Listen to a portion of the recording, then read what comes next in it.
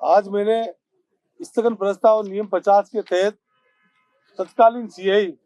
सुरेश सोनी और कांस्टेबल लतीफ खां के खिलाफ स्थगन प्रस्ताव लगाया था, जो कि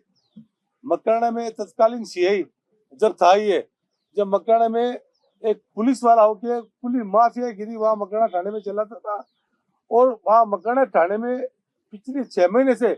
ये हालत हो गई थी। जिस तरह से राशन की दुकान में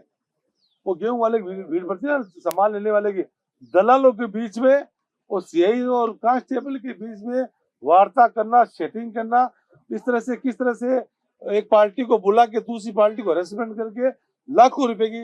इस सीआई ने ठगी की। मैं बताना चाहता हूँ, मैं इस सारा प्रकरण मैंने डीजी साहब को 18/11/2025 को बताया और मुख्यमंत्री जी से मिला, तो मुख्यमंत्री जी ने डीजी साहब को फोन किया। उसके बाद के अंदर डीजी साहब ने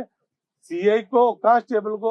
हाथों हाथ लाइन हाजिर कर दिया। एक बार तो लाइन हाजिर करने के बाद में विजिलेंस के अंदर ये मामला दिया गया और विजिलेंस की टीम तुरंत प्रभाव से 2-3 दिन बाद में मकराना आई, और जो मैंने 3-4 केस दिए थे तथ्य के साथ में, इसमें एक बताना चाहता हूँ, एक अब्दुल करीम नाम के 75 वर्ष के बुजुर्ग व्यक्ति को सीआई खुद 9:30 बजे नींद में से उठा के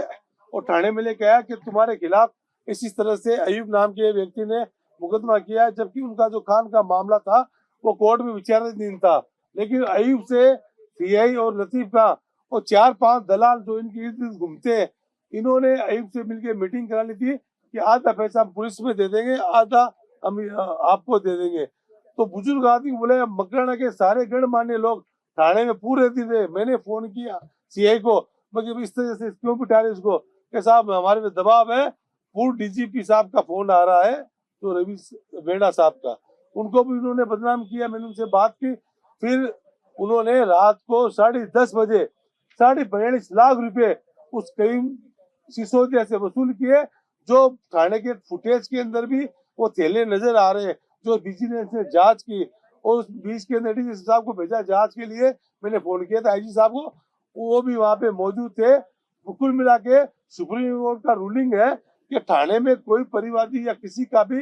लेन देन को लेके फैसला नहीं होगा। 42.5 लेने के बाद, 42.5 लाख रुपए लेने के बाद में वो अयूब घर लेके गया, उसमें 22.5 लाख रुपए हाथों हाथ कांस्टेबल लतीफ का और उसके साथ जो गुरके थे, राजू है या 2-4 जने और है, इसमें सब लिखा मैंने रिपोर्ट के अंदर, उन्होंने 22.5 लाख रुपए लेके गए। वो अयूब ने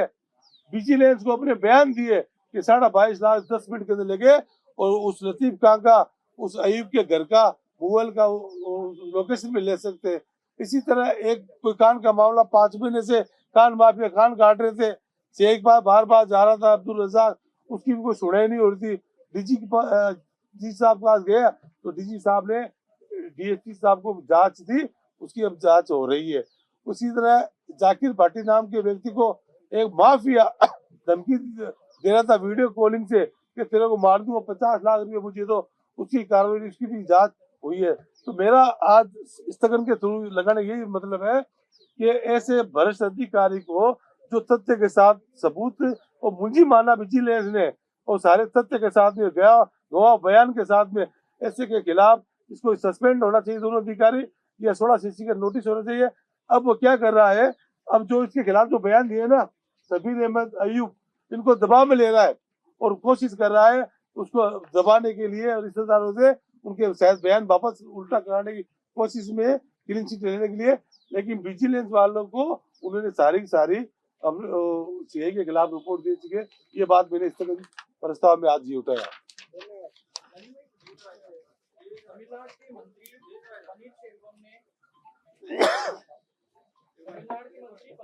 ने कहा है कि उत्तर भारत के लोग केवल एक भाषा जानते हैं, हिंदी, और वो इसीलिए तमिलनाडु आते हैं रोजगार के लिए, तो वो पानी पूरी का ठेला लगाते हैं, टेबल साफ करते हैं। वो भाषा ज्यादा नहीं जानने के कारण या अंग्रेजी जानने के कारण विदेश नहीं जा सकते, इस तरह की बातें करते हैं। नहीं, विदेश तो हमारे राजस्थान के देखो पूरा पूरा मतलब पहाड़ी देश है, दुबई है, अमेरिका, जहाँ जितना राजस्थान का व्यापारी या काम करने वाले राजस्थान के ना, पूरी दुनिया के राजस्थान कहीं के नहीं होंगे, वो गलत लगा रहे आरोप है। चेन्नई या तमिलनाडु में जो आते हैं तो श्रमिक हैं, कारीगर हैं, बिल्डिंग कंस्ट्रक्शन। देखो पहले बात तो वो जो बात कह रहे वो गलत है। अब जिस तरह से बिहार यूपी से लोग वहाँ राजस्थान में काम करने जाते हैं, बिहार यूपी से मजदूरी करने के लिए महाराष्ट्र बॉम्बे में कितना पूरा बड़ा बड़ा पड़ा है, तो इस तरह के आरोप उनको नहीं लगाने चाहिए। ये कोई तथ्य नहीं है, इसका कोई रीजन ही नहीं है कोई।